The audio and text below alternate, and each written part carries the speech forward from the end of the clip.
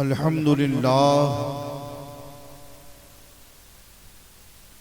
الحمد للہ رب العالمین والعاقبۃ للمتقین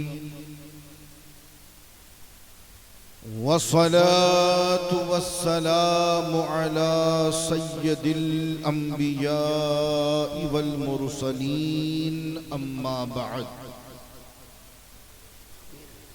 فاعوذ باللہ من الشیطان الرجیم بسم اللہ الرحمن الرحیم یا ایہا الذین آمنوا اتقوا اللہ وکونوا مع الصادقین وقال اللہ تبارک و تعالی فی القرآن المجید والفرقان الحمید انما يريد الله ليذهب عنكم الرجس اهل البيت ويطهركم تطهيرا آمنت بالله صدق الله العظيم وصدق رسوله النبي الأمين المتين المبين الكريم ونحن على ذلك من الشاهدين والشاكرين والحمد لله رب العالمين. عزیزان گرامی،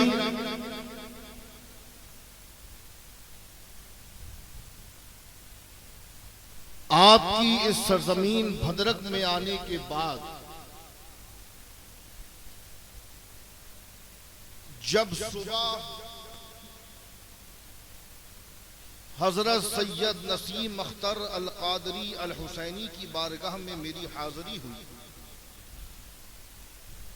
اور اس کے بعد آپ کے مریدین سے میرا ملنا ہوا، میں نے ان کی گفتگو کو سنا تو یقیناً میں یہ کہنے پر مجبور ہو گیا کہ پیر بھی بے مثال ہے اور مرید بھی بے مثال ہے. اور یقین جانو سرکار نسیم اختر القادری یعنی بڑے سرکار اس بلند مینار کا نام ہے کہ جس کی بلندی کو ناپنے والوں کے امامے اور پگڑیاں گر گئیں لیکن اس بلندی کا اندازہ نہیں لگا سکے. تو اللہ تعالی آپ کو اپنے پیر و مرشد اور سرکار غوث العظم کے فیوز و برکات سے خوب خوب مالا مال فرمائے. اور یقیناً آپ کو اللہ نے ایک ایسے ولی کامل کا دامن دیا ہے جس ولی نے آپ کو اور آپ کی گھٹی میں جام مودت اہل بیت پلایا. بہرحال میں حضرت کی شخصیت پہ آؤں گا بڑی تیزی کے ساتھ. میں چاہتا ہوں کہ آئیے انتہائی خلوص اور محبت کے ساتھ سیدہ کے بابا حسنین کریمین طیبین نیرین کے نانا یعنی کہ ہم سب کے آقا جناب احمد مجتبی محمد مصطفیٰ صلی اللہ علیہ وسلم کی بارگاہ بے کس پناہ میں والہانہ انداز میں بآواز بلند درود پاک کا نذرانہ پیش فرما لیں. پڑھیں اللہم صلی علی سیدنا شفیعنا و مولانا محمد وعلا آل سیدنا و مولانا محمد مبارک وسلم صلو علیہ صلاة و سلاما علیک یا رسول اللہ صلی اللہ علیہ وسلم. عزیزان گرامی، ان اشعار کے ساتھ میں اپنی گفتگو کا آغاز کرنے لگا ہوں. اور جواب ہر وہ نسیمی دے گا کہ جس کو سرکار کی کملی سے محبت ہے، اور جواب ہر وہ قادری دے گا کہ جس کے دل میں یہ تمنا ہے کہ بروز حشر سرکار ہم گنہگاروں کو اپنی کملی میں چھپا لے۔ تو شاعر کہتا ہے کہ تیری کملی سے محبت ہے مسلمانوں، تیری کملی سے محبت ہے مسلمانوں کو، اور دشمنی ان سے ہے جو زیر کسا رہتے ہیں۔ اور تیری نالین کے تصدق پر مر مٹنے والے، یا رسول اللہ تیری نالین کے تصدق پر مر مٹنے والے تیری دستار کے وارث سے خفا رہتے ہیں، وارث سے خفا رہتے ہیں۔ عزیزان گرامی، قرآن میں اللہ اعلان فرما رہا ہے، ارشاد فرما رہا ہے کہ بے شک اللہ ہی کا ارادہ ہے۔ اور وہ ارادہ کیا ہے؟ تو رب اعلان کر رہا ہے کہ بے شک اللہ ہی کا ارادہ ہے، اور وہ چاہتا ہے کہ اہل بیت سے ہر طرح کی ناپاکی اور غلاظت کو دور فرما دے، اور انہیں خوب خوب صاف ستھرا کر دے۔ عزیزان گرامی توجہ فرمائیے گا، اہل بیت کی محبت اللہ ہر کسی کو نصیب نہیں فرماتا۔ یہ پنجتن پاک کی محبت اور مودت اللہ ہر کسی کو عطا نہیں کرتا۔ ان کی محبت سے اللہ ہر کسی کو نہیں نوازتا۔ ان کی محبت اور مودت اسی کو عطا ہوتی ہے جو حلالی خون ہوتا، جو حلالی ہوتا ہے اللہ اسی کو پنجتن کی محبت عطا کرتا ہے۔ اور نبی نے ارشاد فرمایا کہ اے علی، تم سے وہی محبت کرے گا جو حلالی ہوگا، تم سے وہی محبت کرے گا جو حلالی ہوگا۔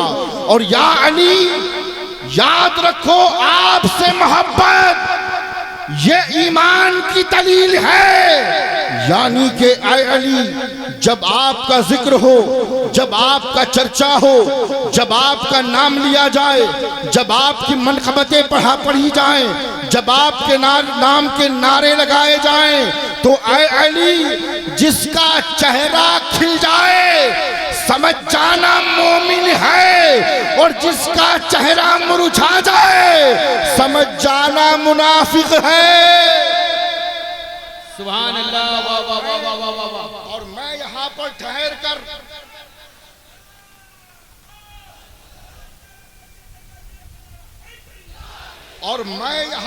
ٹھہر کر نسیمیوں کو ایک جملہ دیتا چلوں، کیونکہ آج علی کا ذکر کئی ہیں اہل سلسلہ جو خود اپنے آپ کو الگ الگ سلسلے سے منسوب تو کرتے ہیں، مگر جب علی کا ذکر آتا ہے تو کوئی دائیں دیکھتا ہے، کوئی بائیں دیکھتا ہے، کسی کا چہرہ مرجھاتا ہوا نظر آتا ہے۔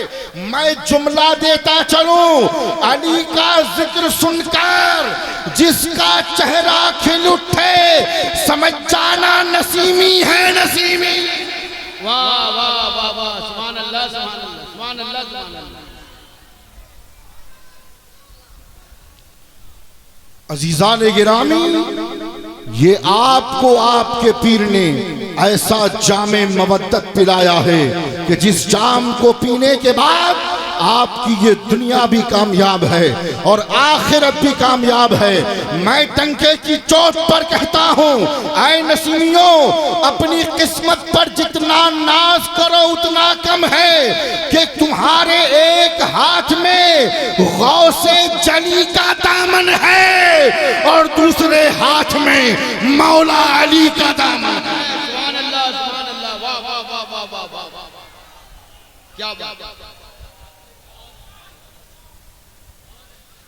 آج کے دور میں دو بڑے فتنے کام کر رہے ہیں، ایک فتنہ رافضیت اور دوسرا فتنہ ہے ناصبیت کا، اور آج یہ دونوں فتنے بڑی تیزی کے ساتھ نوجوانوں کے عقیدے کو برباد کر رہے ہیں۔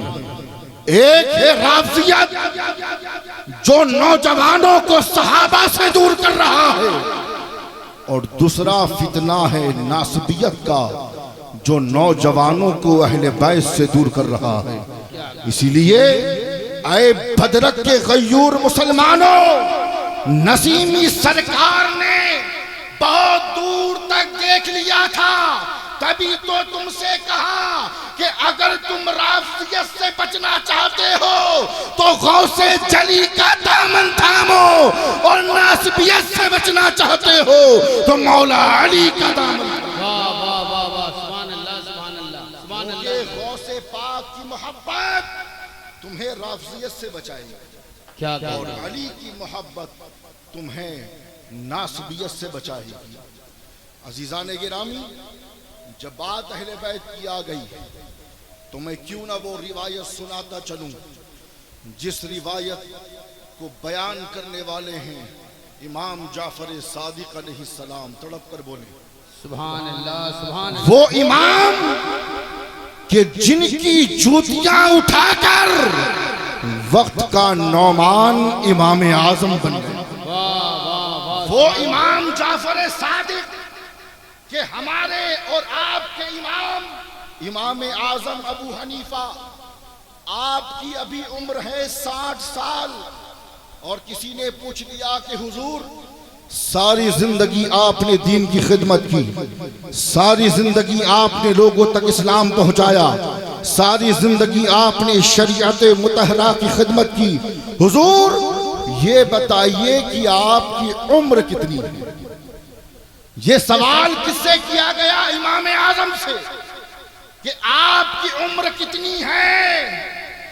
تو آپ نے فرمایا کہ میری عمر 2 سال ہے۔ تو سوال کرنے والے نے پوچھا کہ سرکار بالوں میں سفیدی آ گئی، داڑھی کے بال بھی سفید ہو گئے، چہرے پر جھریاں پڑ گئی، اور آپ کہتے ہیں 2 سال، جبکہ آپ کی عمر تو زیادہ معلوم ہوتی ہے۔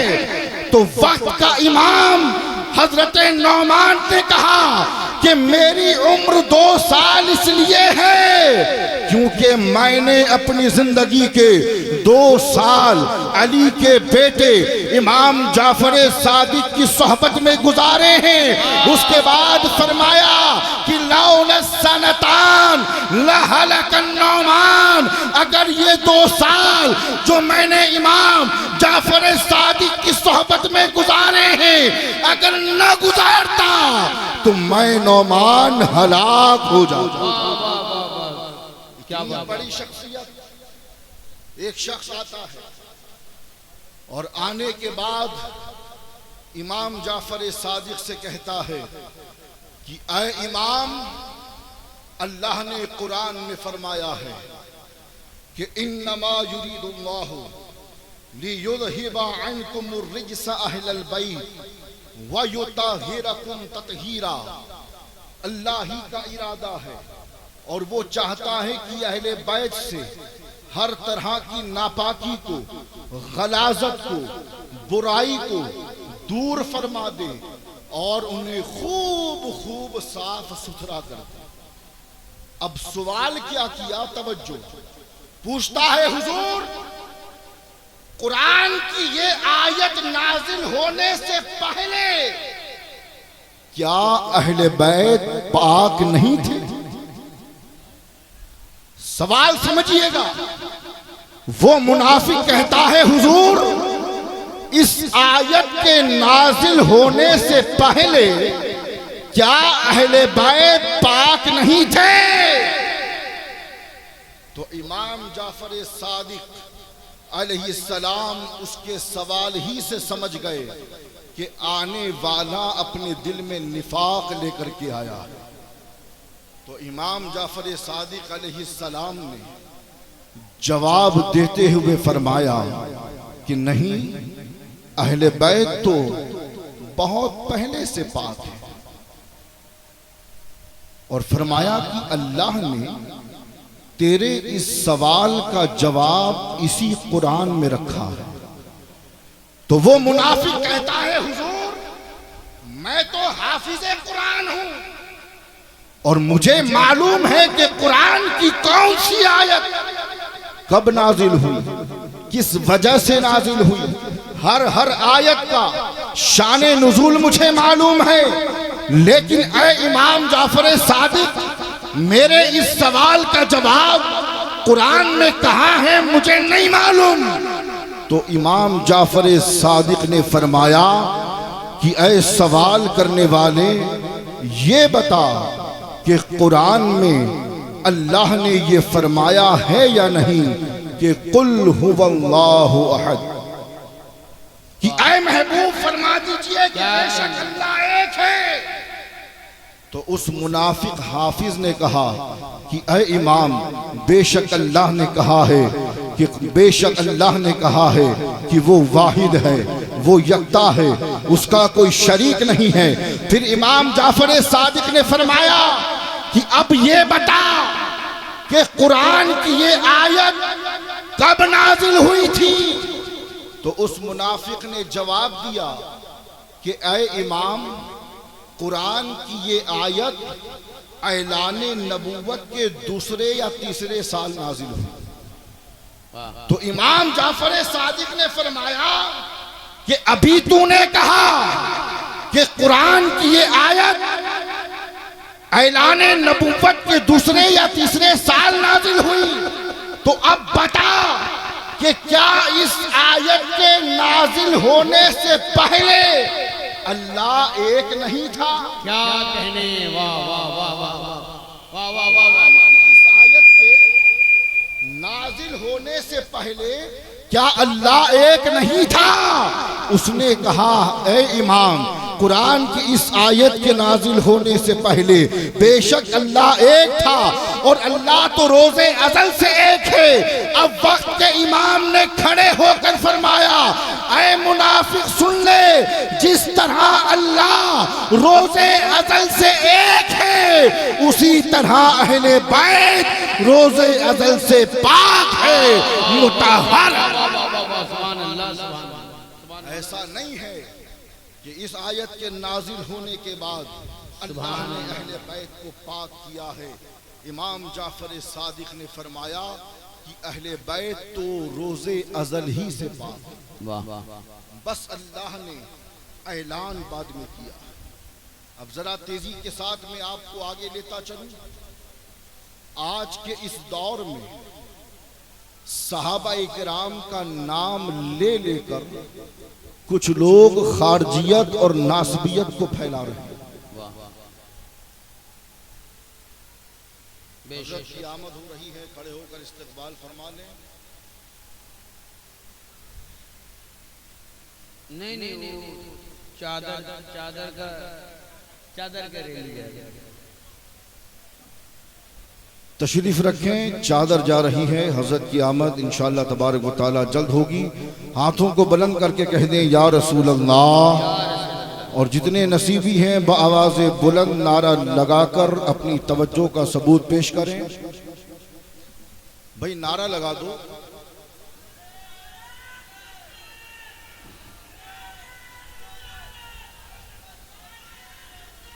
یا رسول اللہ، یا علی یا علی.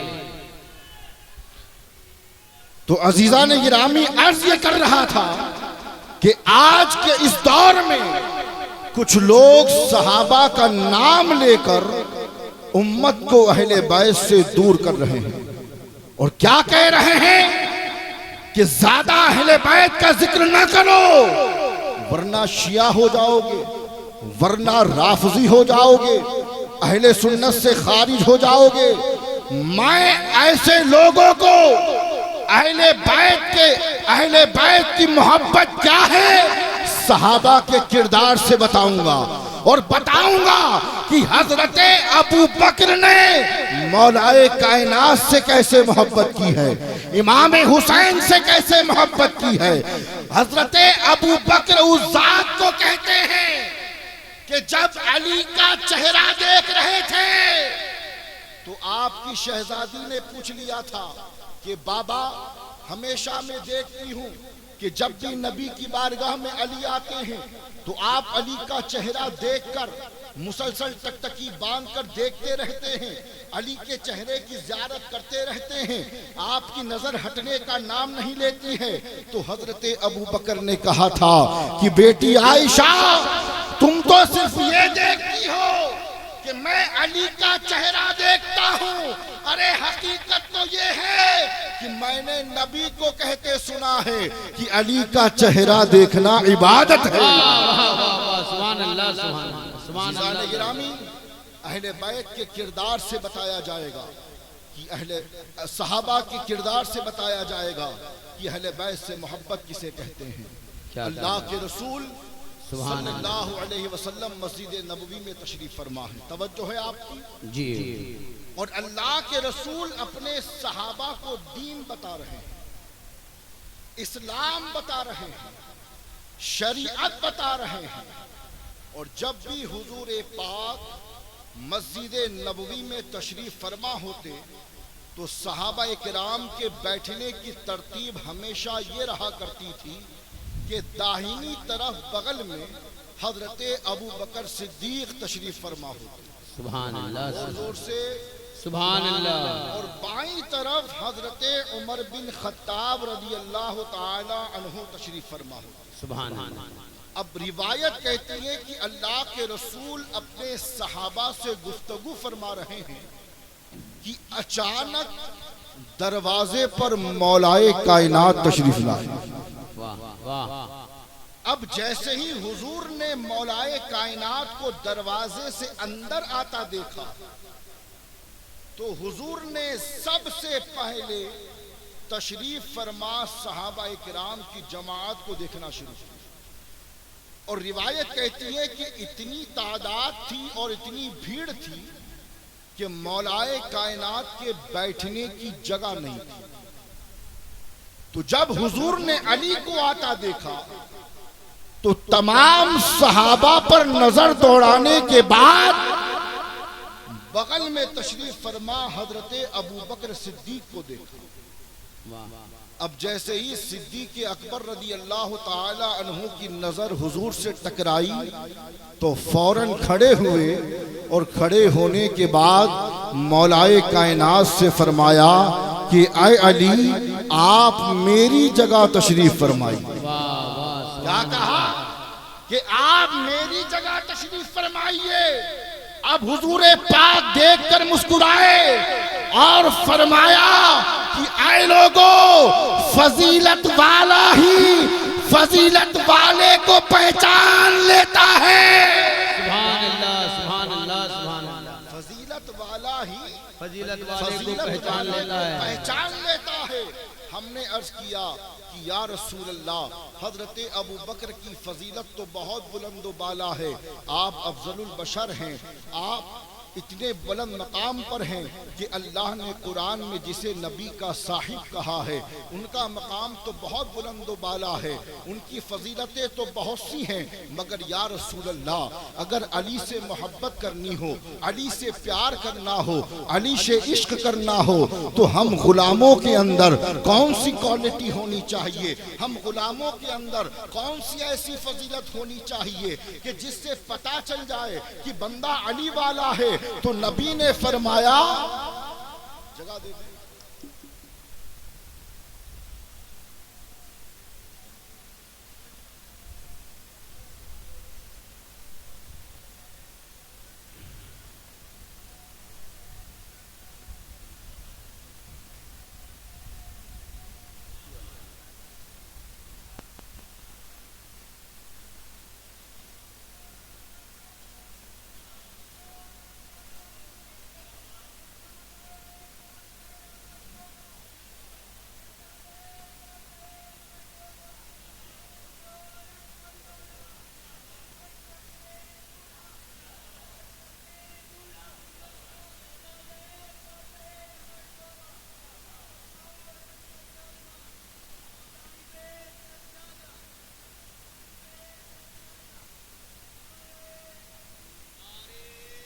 تکبیر، نعرے رسالت، نعرے رسالت، یا غوث، یا غوث، اولاد غوث پاک، اولاد غوث پاک، نعرے تکبیر، نعرے رسالت، نعرے رسالت، یا غوث، یا غوث، فیضان اولاد غوث العظم، فیضان اولاد غوث العظم، نعرے تکبیر، نعرے رسالت۔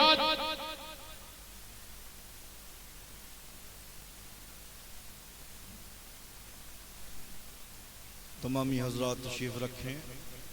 اولاد مخدوم سمنا حضرت سید اجمل اشرفی دامت برکاتہم العالیہ اجمل العلماء تشریف لا چکے ہیں۔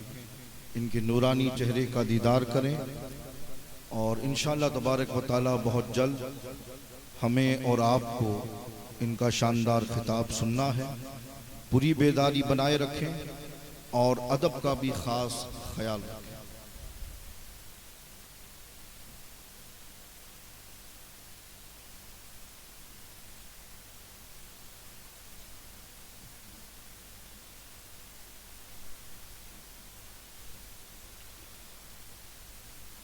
درود پاک پڑھنے اللہم صلی علی سیدنا شفیعنا و مولانا محمد و علی آل سیدنا و مولانا محمد مبارک وسلم صلو علیہ صلاة و سلاما علیک یا رسول اللہ صلی اللہ علیہ وآلہ وسلم۔ تو عزیزان گرامی، میں عرض یہ کر رہا تھا کہ نبی نے فرمایا کہ اے لوگو، فضیلت والا ہی فضیلت والے کو پہچان سکتا ہے۔ تو بات کہاں تک چلی کہ حضرت ابو بکر کی فضیلت تو بہت ہے۔ ہم نے عرض کیا یا رسول اللہ، یہ آپ کی امت کیسے پتہ چلے گا کہ علی سے محبت کرتی ہے، اہل بیت سے محبت کرتی ہے، حسنین کریمین سے محبت کرتی ہے؟ ان میں ایسی کیا کوالٹی ہو جس کوالٹی کو دیکھ کر پتہ چل جائے کہ بندہ علی والا ہے؟ تو نبی نے ارشاد فرمایا کہ بس ایک کوالٹی کا ہونا ضروری ہے۔ اگر بندہ حلالی ہوگا تو یقیناً نبی اور آل نبی سے محبت کرے گا، حسنین کریمین سے محبت کرے گا اور سیدہ کی تعظیم میں اپنی گردن کو جھکائے گا۔ اب آئیے سیدنا حضرت ابو ہریرہ کی بارگاہ میں، وہ جلیل القدر صحابی کہ جنہوں نے اپنی زندگی میں تقریباً 5000 سے زائد روایات کو بیان کیا، اور اللہ کے رسول صلی اللہ علیہ وسلم کی صحبت پانے والا وہ حضرت ابو ہریرہ، ایک مرتبہ مدینے میں کسی صحابی کا انتقال ہو گیا۔ توجہ ہے آپ،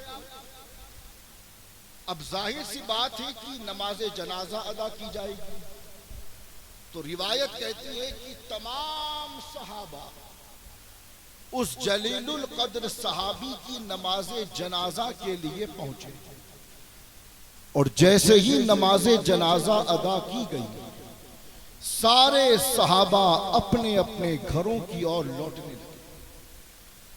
اب یہ جملہ اور یہ روایت وہ لوگ کان کھول کر کے سن لیں کہ جو صحابہ کرام کے نام پر صرف اپنی دکانوں کو چلاتے ہیں اور اہل بیت سے امت کو دور کرتے ہیں۔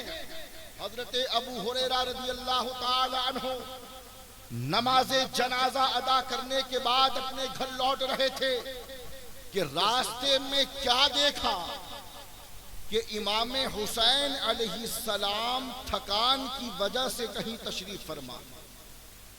تو جیسے ہی حضرت ابو ہریرہ نے امام حسین کو بیٹھا ہوا دیکھا تو فوراً قریب آئے اور دیکھا کہ امام حسین کی نالین مبارک پر گرد لگی ہوئی۔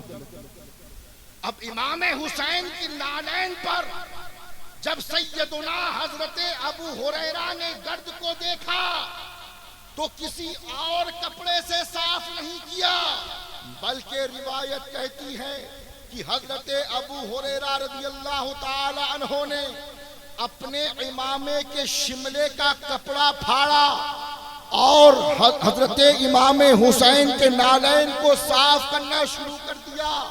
اب یہاں دونوں طرف سے محبت ملاحظہ فرمائیے، جب امام حسین نے حضرت ابو ہریرہ کو جب نالین صاف کرتا ہوا دیکھا تو فوراً بازوؤں کو پکڑا، اور بازوؤں کو پکڑنے کے بعد فرمایا کہ میرے نانا کے صحابی یہ کیا کر رہے ہو، یہ کیا کر رہے ہو، یہ کیا کر رہے ہو۔ تب حضرت ابو ہریرہ نے نظروں سے نظریں ملا کر کے فرمایا کہ آقا حسین، اگر آپ کی عظمت، آپ کی شان کا اندازہ اگر انہیں ہو جائے تو یہ آپ کے قدموں کو زمین پر نہ رکھنے دیں۔ یعنی کہ اے آقا حسین، اگر ان لوگوں کو آپ کی قدر و منزلت کا اندازہ ہو جائے تو یہ آپ کو اپنے کاندھے پر لے کر کے چلیں، آپ کے قدموں کو زمین پر نہ رکھنے دیں، کیونکہ میں نے آپ کے نانا سے جو آپ کی فضیلتیں سنی ہیں، میں ہی جانتا ہوں کہ آپ کا مقام اور آپ کا مرتبہ کیا ہے۔ اب عزیزان گرامی، بڑی تیزی کے ساتھ میں آپ کے ذہن کو اولیاء کرام اور صوفیاء کرام کی طرف لانا چاہتا ہوں اور بتانا یہ چاہتا ہوں کہ کس طرح اللہ کے ولیوں نے اپنی زندگی میں ہمیشہ اہل بیت کا ذکر کیا ہے اور اپنے ماننے والوں کو اہل بیت کا ذکر کرنے کی تعلیم دی۔ اولاد مخدوم سمنا تشریف فرما ہے، میں ذکر اس ذات کا کرنا چاہوں گا جسے دنیا مخدوم سمنانی کہتی ہے، بولیں گے سبحان اللہ۔ وہ مخدوم پاک کہ جنہوں نے تخت و تاج کو ٹھکرایا اور جب ہندوستان کی سرزمین پر تشریف لائے تو روایت کہتی ہے کہ آپ نے خلفائے راشدین کی شان میں ایک کتاب لکھی، جس کتاب میں آپ نے خلفائے راشدین کا ذکر کیا، حضرت ابو بکر کا ذکر، حضرت عمر بن خطاب کا ذکر، حضرت عثمان غنی کا ذکر اور مولا مرتضیٰ کا ذکر۔ جب یہ کتاب اس دور کے علماء کے پاس پہنچی تو انہوں نے دیکھا کہ حضرت ابو بکر کا ذکر تو چند صفحات پر، حضرت عمر بن خطاب کا ذکر چند صفحات پر، حضرت عثمان غنی کا ذکر چند صفحات پر، اور جب بات مولائے کائنات کی آئی تو صفحات پر صفحات لکھ دیے۔ تو اس زمانے کے علماء نے حضرت مخدوم سمنانی رضی اللہ تعالی عنہ پر رافضیت اور شیعت کا فتویٰ لگا دیا۔ اب جب یہ بات مخدوم پاک تک پہنچی تو آپ عالم بھی تھے، آپ نے فرمایا کہ ٹھیک ہے، ان سے جا کر کے کہہ دو کہ اب مناظرہ ہو، اب آمنے سامنے بیٹھ کر بات کی جائے گی۔ لوگوں نے ان علماء کرام تک یہ بات پہنچا دی، علماء کرام نے مناظرے کا چیلنج دیا اور بات یہ طے پائی کہ جمعہ کا دن انتخاب کیا جائے گا اور جمعے کے دن نماز جمعہ ادا کرنے کے بعد مخدوم پاک سے اس بارے میں گفتگو کی جائے گی کہ آپ نے 3 خلفاء کا ذکر کم کیوں کیا اور مولائے کائنات کا ذکر زیادہ کیوں کیا۔ اب آپ توجہ فرمائیے گا کہ دن گزرتے گئے، اب جمعہ کا دن تو آ گیا لیکن مسجد میں نمازی نہیں آئے۔ جمعہ کا دن تو آیا لیکن مسجد میں نمازی نہیں آئے، کیونکہ اس دن اتنی بارش ہوئی کہ کوئی نماز کے لیے مسجد میں نہ آ سکا۔ علماء کرام نے سوچا کہ چلو ٹھیک ہے، اس جمعہ بارش ہو گئی، کوئی بات نہیں، اگلے جمعے بات ہوگی۔ ایام گزرتے گئے، پھر جمعہ آیا، پھر جمعے کے دن اتنی بارش کی کوئی نمازی نماز کے لیے مسجد میں نہ آ سکا۔ علماء نے سوچا ٹھیک ہے، کوئی بات نہیں، تیسرے جمعے بات کریں گے۔ پھر ایام گزرتے گئے، اور تیسرا جمعہ بھی آیا، اتنی بارش کہ کوئی نمازی نماز کے لیے مسجد میں نہ آ سکا۔ اب ان لوگوں میں ایک ہوش مند تھا جس نے کہا کہ سن لو، جس کو تم نے چیلنج کیا ہے نا وہ کوئی معمولی بندہ نہیں ہے، اس کی رگوں میں حیدر کرار کا خون دوڑ رہا۔ سبحان اللہ۔ اور اگر تم اپنی ضد پر ڈٹے رہے تو سن لو، ایک جمعہ تمہیں پڑھنا نصیب نہیں ہوگا، اور ہر جمعے اللہ اسی طرح سے بارش۔ اور عرض کرنے لگے کہ سرکار ہم سے خطا ہو گئی، ہم سے لغزش ہو گئی، ہمیں معاف فرما دیجئے، لیکن سرکار بس اتنا بتا دیجئے کہ حضرت ابو بکر کا ذکر چند صفحات پر کیا، حضرت عمر کا ذکر چند صفحات پر کیا، حضرت عثمان غنی کا ذکر چند صفحات پر کیا، لیکن جب بات علی کی آئی تو آپ صفحات پر صفحات لکھتے چلے گئے۔ آخر آپ نے ایسا کیوں کیا؟ تو مخدوم پاک نے جواباً فرمایا کہ سن لو، میں ہوں علی کا بیٹا، اور ہر بیٹے کو یہ پیدائشی حق حاصل ہے کہ وہ اپنے باپ علی کا ذکر جتنا چاہے اتنا کرے اور جس طرح چاہے اس طرح۔ اسی لیے سادات کو ان کے آبا و اجداد کا ذکر کرنے سے نہیں روکنا چاہیے، کیونکہ بندہ جس کا کھاتا ہے اسی کا گاتا ہے۔ یہاں جتنے نسیمی بیٹھے ہیں اپنے دل پر ہاتھ رکھ کے بتائیے کہ تمہیں تمہارے پیر نے جام مودت پلایا ہے کہ نہیں؟ تمہیں تمہارے پیر نے علی کی محبت کا جام پلایا ہے کہ نہیں؟ تمہیں تمہارے پیر نے حسنین کریمین طیبین نیرین کی مودت کا جام پلایا ہے کہ نہیں؟ یقیناً پلایا ہے۔ تو یاد رکھو، بڑے سے بڑی پگڑی والا آ جائے، بڑے سے بڑا جبہ لگا کر کوئی آ جائے اور تمہیں اگر اپنے دامن کی طرف بلائے تو کہہ دینا ہمیں محبت ہے اس سفید ٹوپی والے سے جسے نسیمی حسینی سرکار کہا جاتا ہے۔ جہاں ہمیں جو جام پلایا ہے،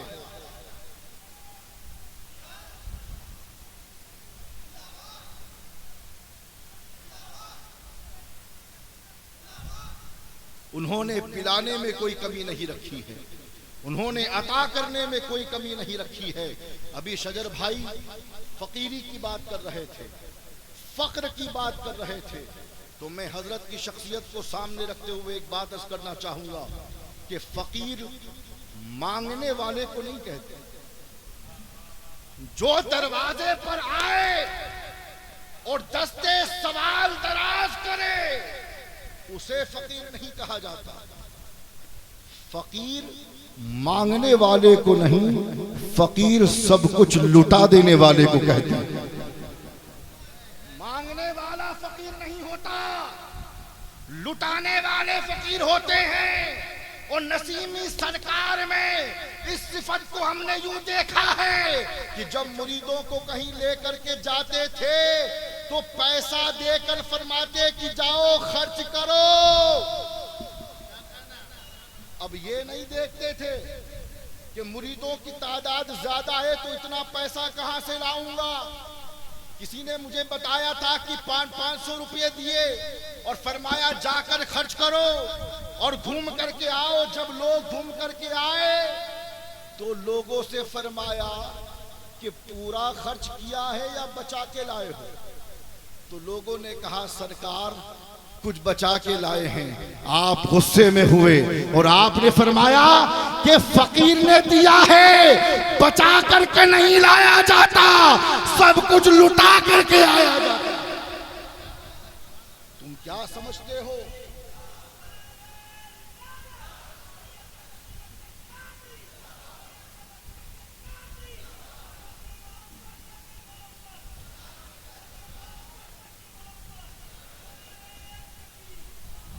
تم کیا سمجھتے ہو کہ نسیمی کارخانے میں کسی چیز کی کمی ہے؟ ارے وہ اللہ سے دیتے ہیں اور بندوں میں لٹا دیا کرتے ہیں۔ عزیزان گرامی، میں ان کی سیرت کا مطالعہ کر رہا تھا. یہ آخری چند باتیں ہیں، توجہ سے سنیے گا. میں ان کی سیرت کو پڑھ رہا تھا. ذات تو بہت بڑی ہے، ارے نام میں اللہ نے اتنی برکت رکھی ہے کہ یہاں کی ایک مسجد ہے، اس مسجد میں بڑے سرکار میلاد کی محفل رکھا کرتے ہیں. غالباً مسجد کا نام ہے نور شاہی، شیخ شاہی. اس مسجد میں بڑے سرکار محفل کو رکھا کرتے تھے. اور دارالعلوم حبیبیہ کے ایک مولانا تھے جن کا نام تھا نور محمد حبیبی. کیا کہنے، سبحان اللہ. وہ آتے تھے اور حضور کی میلاد پڑھا کرتے تھے. اب ہوتا یہ تھا کہ جب رات ہو جاتی تو مدرسے کا جو راستہ تھا اس میں اتنے کتے ہوا کرتے تھے کہ مولانا کو بڑا خوف ہوتا تھا، اور معمول یہ تھا کہ کوئی نہ کوئی مقتدی انہیں مدرسے تک چھوڑ کر آ جاتا. اب ایک مرتبہ یہ ہوا کہ سارے کے سارے لوگ جلدی اپنے گھروں میں چلے گئے اور چھوڑنے والا کوئی نظر نہیں آیا.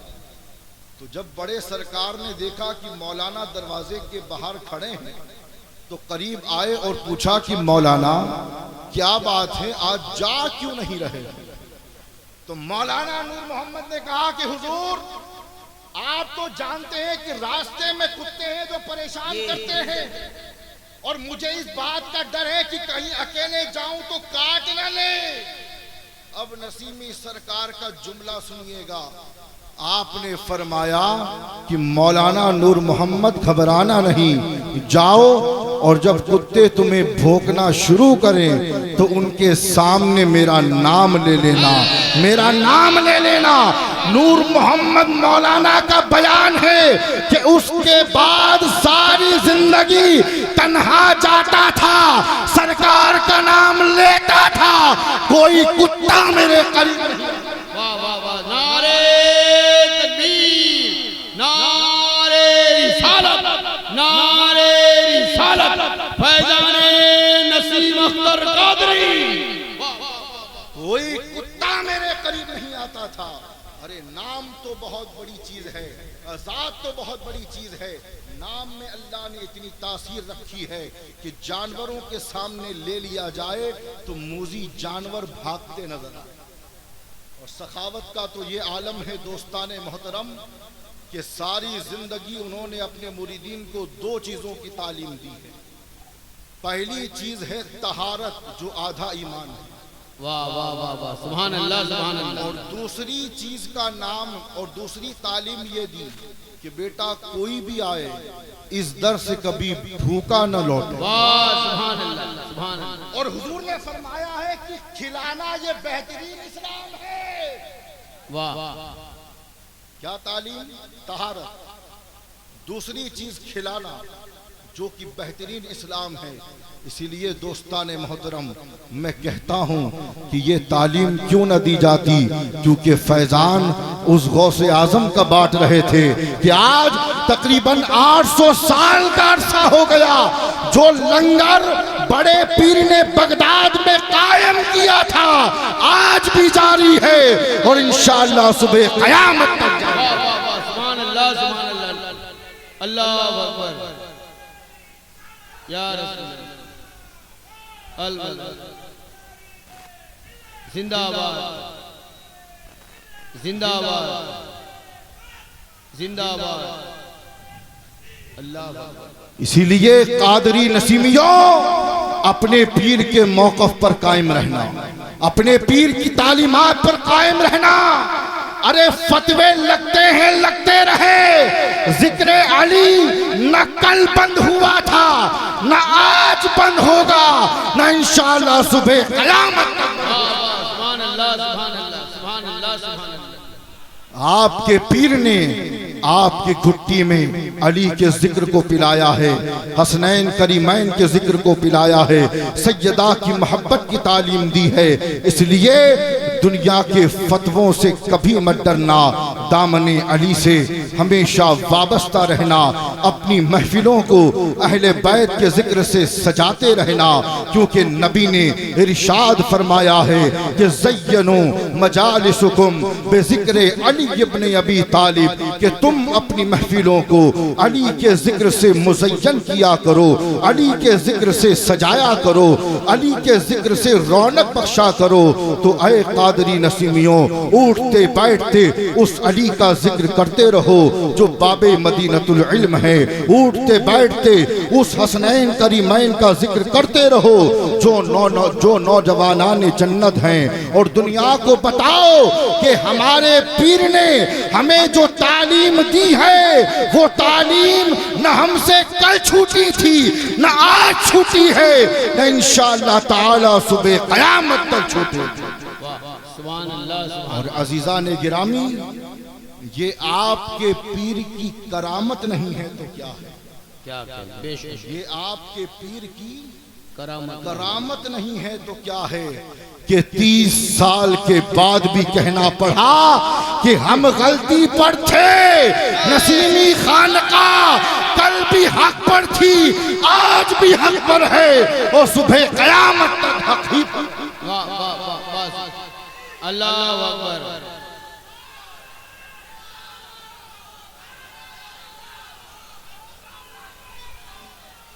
واہ واہ واہ واہ،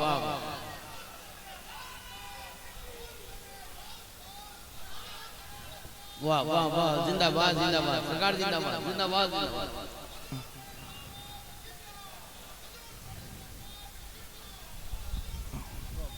عزیزان گرامی، اگر آپ کو کہا جاتا ہے کہ نعرہ حیدری لگانا شیعت ہے، علی کے ایام کو منانا شیعت ہے، حسنین کریمین کا ذکر کثرت سے کرنا یہ شیعت ہے، تو دنیا کو بتا دینا، دنیا کو یہ بتا دینا کہ سن لو ہمارا تعلق اس خانقاہ سے ہے، اور ہمارے گھر میں جو اناج پک رہا ہے وہ سیدہ زہرا کی چکی کا صدقہ ہے، وہ سیدہ زہرا کی چکی کا صدقہ ہے، اور ہم نمک حرام نہیں ہے، نمک حلال ہے، جس کا کھاتے ہیں زندگی بھر اسی کا گاتے رہیں۔